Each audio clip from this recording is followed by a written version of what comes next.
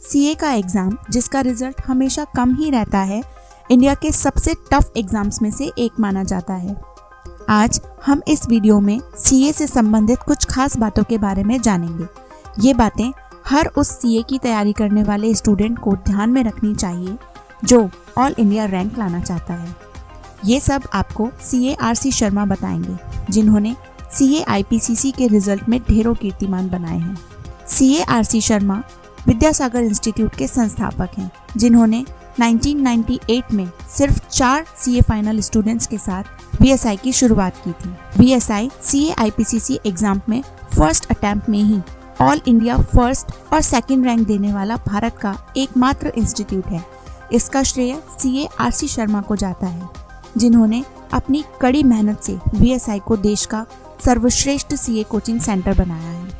इनके कुशल मार्गदर्शन की वजह से ही 2012 में वीएसआई के स्टूडेंट ने सीए एग्जाम की हिस्ट्री में हाईएस्ट मार्क्स हासिल किए।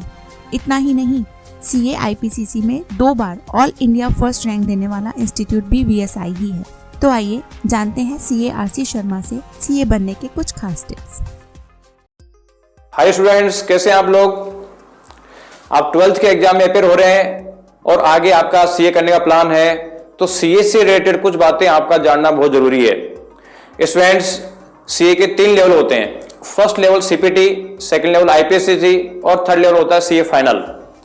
सीपीटी का रिजल्ट अराउंड 30% रहता है, आईपीसीसी का 5% और सीए फाइनल का रिजल्ट भी अराउंड 5% रहता है। तो ऐसे केस में हमें ये डिसीजन लेना बहुत जरूरी है कि सीए कैसे किया जाए, सीए से रिलेटेड डिसीजन कैसे लिया जाए जिससे कि सीए 12 से भी ज्यादा इजी हो जाए। स्टूडेंट्स, हमारे को सीए करते समय डिफरेंट स्टेजेज में डिफरेंट डिसीजन लेने पड़ते हैं और हर डिसीजन के समय अगर अपन सावधानी बरतें तो सीए उतना ही आसान हो जाता है जितना 12th पास करना। स्टूडेंट्स, सीए में सबसे पहला डिसीजन होता है सीपीटी का। स्टूडेंट्स 12th के एग्जाम में अपेयर होने के बाद में सीपीटी की तैयारी स्टार्ट करता है, तो सीपीटी की तैयारी स्टार्ट करते समय वो डिसीजन लेता है कि मैं सीपीटी की तैयारी कहां से करूं। स्टूडेंट्स, सीपीटी ही सीए का सबसे बेसिक कोर्स होता है और सीपीटी के बेस पे ही आप डिसाइड करते हो कि आगे हम आईपीसीसी या सीए फाइनल कर भी पाएंगे या नहीं कर पाएंगे। स्टूडेंट्स, सीपीटी में पास होने के लिए 200 में से 100 मार्क्स की रिक्वायरमेंट होती है और नॉर्मल इसका रिजल्ट भी अच्छा रहता है। इसलिए स्टूडेंट्स इसमें लापरवाह हो जाते हैं। वो ये देखते हैं कि सीपीटी पास करना तो बहुत आसान है, सीपीटी हम ऐसे ही पास कर लेंगे, और सीपीटी में उतने सीरियस नहीं हो पाते और सीपीटी में जितने मार्क्स उनको आने चाहिए थे उतने मार्क्स नहीं आ पाते हैं। तो इसके बेसिस पे सबसे बड़ी प्रॉब्लम ये आ जाती है कि स्टूडेंट्स के डिप्रेशन में आ जाते हैं। स्टूडेंट्स को जितने मार्क्स आने चाहिए थे उतने मार्क्स नहीं आते, तो बच्चों को लगता है, स्टूडेंट्स को लगता है कि सीए बहुत टिपिकल है और आगे आईपीसीसी में उनका मोरल डाउन रहता है, और मोरल डाउन रहता तो आईपीसी में ढंग से परफॉर्म नहीं कर पाते। इसलिए अपने को यही टारगेट सेट करना पड़ेगा कि सीपीटी में अपना बेस्ट करें। सीपीटी में जितने मार्क्स अपन ला सकते हैं उतने मार्क्स लाने की हमें कोशिश करनी पड़ेगी। इसके लिए क्या करना होगा? इसके लिए अगर हमें कोचिंग ज्वाइन करनी है तो ये ध्यान रखना पड़ेगा कि जिस कोचिंग से बेस्ट रिजल्ट आ रहे हों हमें वो कोचिंग ज्वाइन करनी है, दूसरी कोचिंग कभी ज्वाइन नहीं करनी चाहिए। हो सकता है कि सीपीटी में आप पास हो जाओ, लेकिन जितने मार्क्स आपको मिलने चाहिए थे अगर उतने मार्क्स नहीं मिलेंगे तो आप में डिप्रेशन आ जाएगा, और डिप्रेशन आ जाएगा तो आईपीसीसी के लिए बहुत खतरनाक हो जाता है। स्टूडेंट्स, सीपीटी में एक डिसीजन हमें यह भी लेना पड़ता है कि हम सीपीटी कब ज्वाइन करें। यानी हम 12th का एग्जाम कंप्लीट होते ही जस्ट ज्वाइन करें या कुछ 5-7 दिन का गैप कर लें। स्टूडेंट्स, सीपीटी जून अटेम्प्ट होता है, उस जून अटेम्प्ट में टाइम वैसे ही बहुत कम होता है, अराउंड 2.5 मंथ का टाइम मिलता है, तो उसमें एक एक दिन बहुत कीमती होता है। इसलिए आपसे ये गुजारिश है कि आप उसमें टाइम वेस्ट बिल्कुल नहीं करें, और जिस दिन आपका 12th का एग्जाम कंप्लीट हो जाए उसके नेक्स्ट डे से ही आपको क्लासेस ज्वाइन कर लेनी चाहिए, जिससे कि थोड़ा पढ़ाई का टाइम एक्स्ट्रा मिल जाएगा, तो रिवीजन का टाइम एक्स्ट्रा मिल जाएगा, और रिवीजन का टाइम एक्स्ट्रा मिल जाएगा तो आपका रिजल्ट भी बहुत बढ़िया आएगा। सीपीटी की एग्जाम में जब आप अपेयर हो जाते हैं तो अपेयर होने के बाद में आपका अगला टारगेट होता है आईपीसीसी के एग्जाम क्लियर करना। स्टूडेंट्स, आईपीसीसी के एग्जाम के लिए स्टूडेंट को बहुत सारे डिसीजन लेने होते हैं, जैसे आईपीसीसी फर्स्ट ग्रुप दिया जाए या आईपीसीसी बहुत ग्रुप दिया जाए। आईपीसीसी सीपीटी की मीडियम मान लीजिए अगर हिंदी है तो आईपीसीसी इंग्लिश मीडियम से दिया जाए या हिंदी मीडियम से दिया जाए। आईपीसीसी हमें ज्वाइन कब करना चाहिए, सीपीटी के एग्जाम के इमीडिएट बाद में ज्वाइन करें या सीपीटी के एग्जाम के सीपीटी का रिजल्ट आने के बाद ज्वाइन करें। इन्हीं चीज़ों के लिए हमारे को बहुत सावधानी पूर्वक डिसीजन लेना पड़ता है जिससे कि हम इजीली आईपीसीसी क्लियर कर जाएं। स्टूडेंट्स, जहाँ तक फर्स्ट ग्रुप या बोथ ग्रुप का सवाल है तो आईसीएआई ने जो टाइम शेड्यूल अलॉट किया है और जो कोर्स रखा हुआ है वो बोथ ग्रुप के हिसाब से रखा हुआ है। आपके पास में इतना सफिशिएंट टाइम होता है कि आप बोथ ग्रुप इजीली पास कर सकते हैं। बस आपको माइंड में डिटरमाइन करना होगा कि मैं बोथ ग्रुप पास करना है मेरे को। अगर आपके माइंड में है कि मैं बोथ ग्रुप पास नहीं कर सकता तो इसका मतलब है कि फिर आप में वो कॉन्फिडेंस नहीं डेवलप हो पाएगा जिससे कि आप बोथ ग्रुप पास कर सको। इसलिए आपको केवल एक ही चीज डिसाइड करनी चाहिए कि आपको बोथ ग्रुप पास करना है और बोथ ग्रुप के लिए प्रिपेयर करना है। इसका रीजन क्या होता है कि जब बोथ ग्रुप होता है तो अपने पास में टाइम कम होता है तो हम जितना भी टाइम होता है उसको यूज करने की कोशिश करते हैं। और अगर फर्स्ट ग्रुप अकेला दे रहे हो तो ऐसे केस में आपको लगता है कि मेरे पास तो टाइम है तो आप अननेसेसरी टाइम वेस्ट करोगे। तो अल्टीमेटली स्टडी हमारी उतनी हो पाएगी जितनी हम करना चाहते हैं। इसलिए आपका एक ही टारगेट होना चाहिए कि हमें आईपीसीसी बोथ ग्रुप क्लियर करना है। आईपीसीसी के समय स्टूडेंट्स एक प्रॉब्लम और फेस करनी होती है, स्पेशली हिंदी मीडियम स्टूडेंट्स के लिए। वो ये कहते हैं कि हमने सीपीटी तो हिंदी मीडियम से किया है, आईपीसीसी इंग्लिश मीडियम से करें या हिंदी मीडियम से करें। तो उसको मैं ये सलाह देना चाहता हूँ कि जो बच्चे सीपीटी हिंदी मीडियम से करते हैं, मेरी उनको यही ओपिनियन है कि वो आईपीसीसी से तो हिंदी मीडियम से करें और अपना मीडियम जो चेंज करें वो सीए फाइनल में करें। वो इसलिए कहना चाहता हूँ मैं कि इंग्लिश मीडियम हिंदी मीडियम से इंग्लिश मीडियम में आने के लिए अगर अपने 2 महीने भी खराब होते हैं या 3 महीने खराब होते हैं तो 9 महीने में से खराब होते हैं। इसका मतलब रिमेनिंग 6 मंथ बचता है और 6 मंथ का टाइम फिर आईपीसीसी क्लियर करने के लिए कम पड़ता है। और सीए फाइनल में हमारे को 3 साल का टाइम मिलता है। अगर 3 साल में से अपन ने 6 मंथ भी इंग्लिश सीखने में लगा दिए तो भी हमें कोई प्रॉब्लम नहीं आती है। इसलिए मैं आपसे यही गुजारिश करता हूँ कि आप मीडियम आईपीसीसी में चेंज नहीं करें, मीडियम आप सीए फाइनल में जाके चेंज करें। आईपीसीसी की स्टडी करने के लिए एक इशू ये भी रहता है कि आईपीसीसी की स्टडी सीपीटी एग्जाम के जस्ट बाद में चालू की जाए या सीपीटी एग्जाम का रिजल्ट आने के बाद में की जाए। तो स्टूडेंट्स, मैं आपसे ये कहना चाहता हूँ कि आप रिजल्ट का वेट नहीं करें, क्योंकि रिजल्ट अगर अच्छा आ भी गया तो आपको आईपीसीसी के लिए टाइम कम पड़ेगा। अगर आपने सीपीटी का एग्जाम होते ही स्टडी चालू कर दी तो आपको 1 महीने का एक्स्ट्रा टाइम मिलेगा। तो 1 महीने का आपको रिवीजन का टाइम एक्स्ट्रा मिलेगा और रिवीजन का 1 महीना एक्स्ट्रा मिलने का मतलब है रिजल्ट बहुत शानदार जाएगा।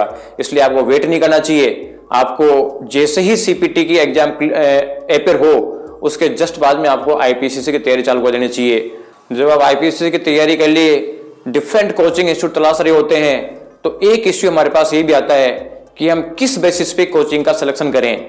तो स्टूडेंट्स, मेरा कहना यह है कि हर कोचिंग का पर्पज होता है कि ज़्यादा से ज़्यादा स्टूडेंट्स उनको ज्वाइन करें। उसके लिए वो डिफरेंट तरीके के कंसेशन देते हैं, डिफरेंट तरीके के प्रलोभन देते हैं और डिफरेंट तरीके से आपको मोटिवेट करने की कोशिश करते हैं।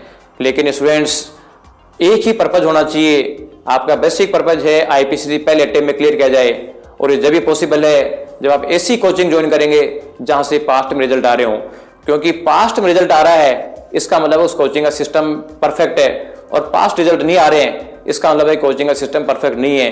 हालांकि हर कोचिंग इंस्टीट्यूट वाले आपसे ये कहेंगे कि हम आपको ये फैसिलिटी प्रोवाइड करेंगे, हम इस तरीके से पढ़ाते हैं, हम उस तरीके से पढ़ाते हैं, हम बेस्ट तरीके से पढ़ाते हैं, हमारे इंडिया के बेस्ट फैकल्टीज अवेलेबल है। लेकिन आपको ये पता करना होगा कि उस इंस्टीट्यूट का या उस कोचिंग इंस्टीट्यूट का बेस्ट रिजल्ट भी आ रहा है कि नहीं आ रहा। इसलिए आपको क्या करना चाहिए कि आप जिस भी पॉसिबल जगह पे आप आईपीसीसी ज्वाइन कर सकते हैं, उन सभी कोचिंग इंस्टीट्यूट्स के आप डेटा कलेक्ट करें, उसका रिजल्ट चेक करें और जो बेस्ट रिजल्ट दे रहे हो आपको वहीं ज्वाइन करना चाहिए। आपको इस मामले में बिल्कुल भी कंप्रोमाइज नहीं करना चाहिए, क्योंकि अगर आपको कुछ कंसेशन मिल भी जाता है किसी कोचिंग में तो वो वन टाइम बेनिफिट है, और अगर आप मान लीजिए पास नहीं हुए तो इसका मतलब फॉरएवर लॉस है।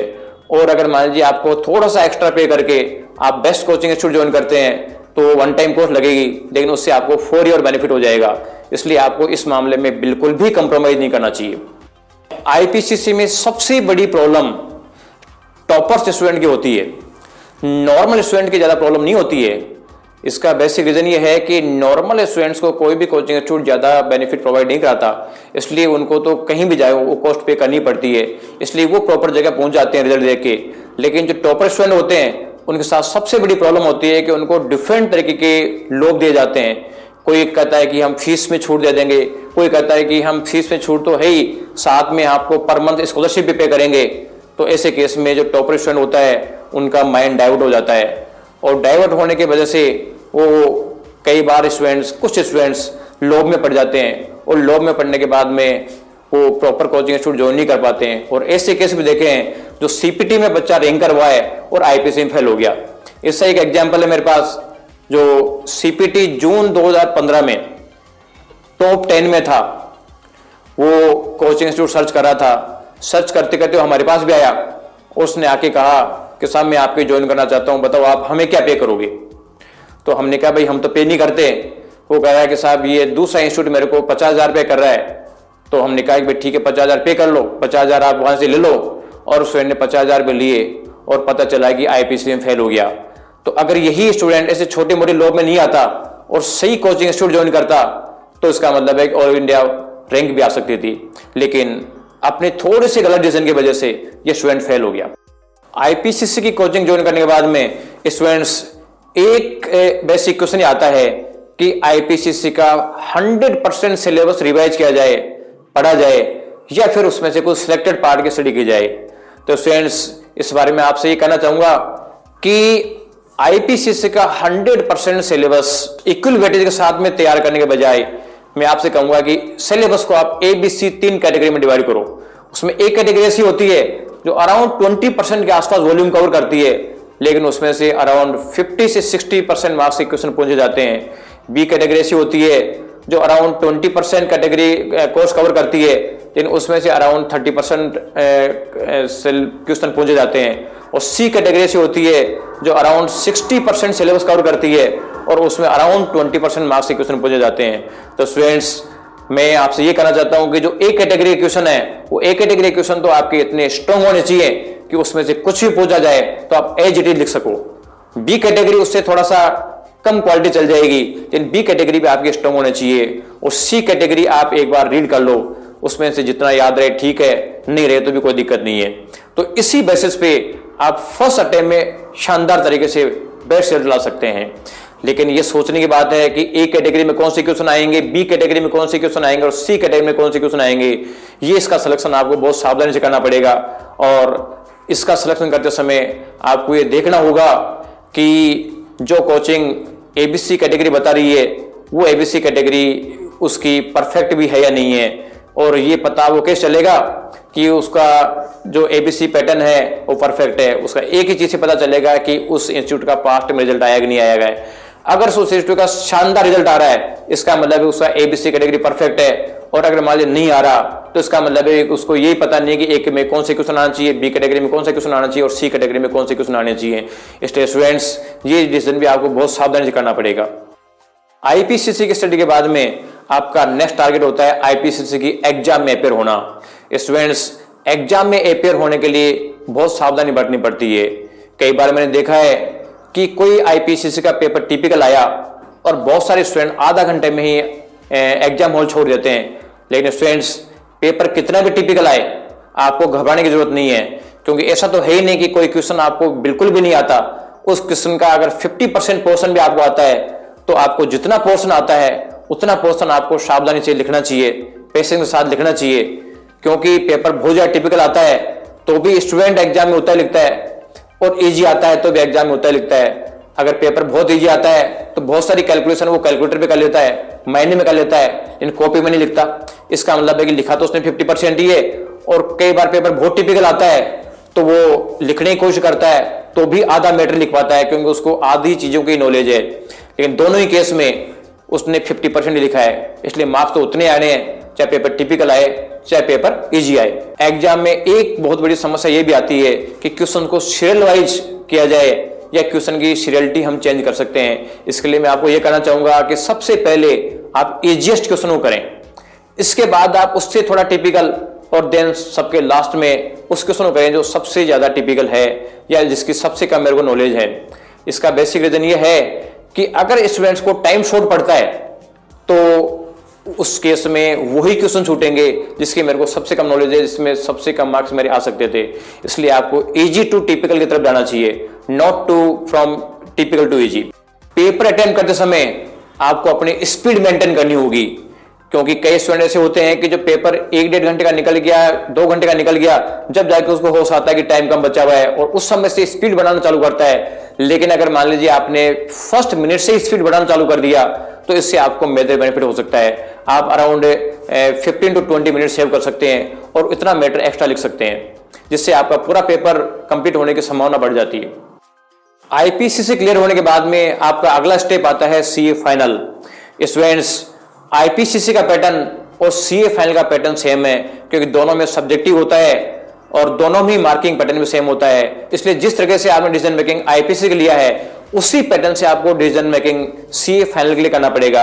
और सीए फाइनल का एग्जाम क्योंकि 3 साल बाद होता है, इसलिए आपको टाइम वेस्ट करने की रिक्वायरमेंट नहीं है। जैसे ही आईपीसी क्लियर करें आप सीए फाइनल के लिए भी तैयारी चालू कर दें, क्योंकि सीए फाइनल में हमारे को कोर्स स्टडी के साथ साथ में हमारे को ट्रेनिंग भी करनी पड़ती है। इसलिए आपसे ये सलाह दूंगा मैं कि आप 2 subject at A time join करें और बाकी रिमेनिंग टाइम आप होम स्टडी करने में लगाएं। हाँ, तो लास्ट में स्टूडेंट्स मैं आपसे कंक्लूड करता हूं कि अगर आप सीए के हर स्टेज पे आप बेस्ट स्टडी करते हैं, आपका हर एग्जाम के लिए एक ही मोटिवेशन होता है कि मेरे को फर्स्ट अटेम्प्ट में आईपीसी, फर्स्ट अटेम्प्ट में मेरे को सीए का हर एग्जाम क्लियर करना है। आप इसके लिए सबसे बेस्ट कोचिंग इंस्टीट्यूट ज्वाइन करते हैं, किसी भी तरीके के प्रॉब्लम में नहीं आते हैं, एग्जाम में आप कूल माइंड से पेपर लिखते हैं और क्वेश्चन एक इजी टू टिपिकल की तरफ सोल्व करते हैं, तो आपका सी एग्जाम पास करना उतने आसान हो जाएगा जितना 12th पास करना।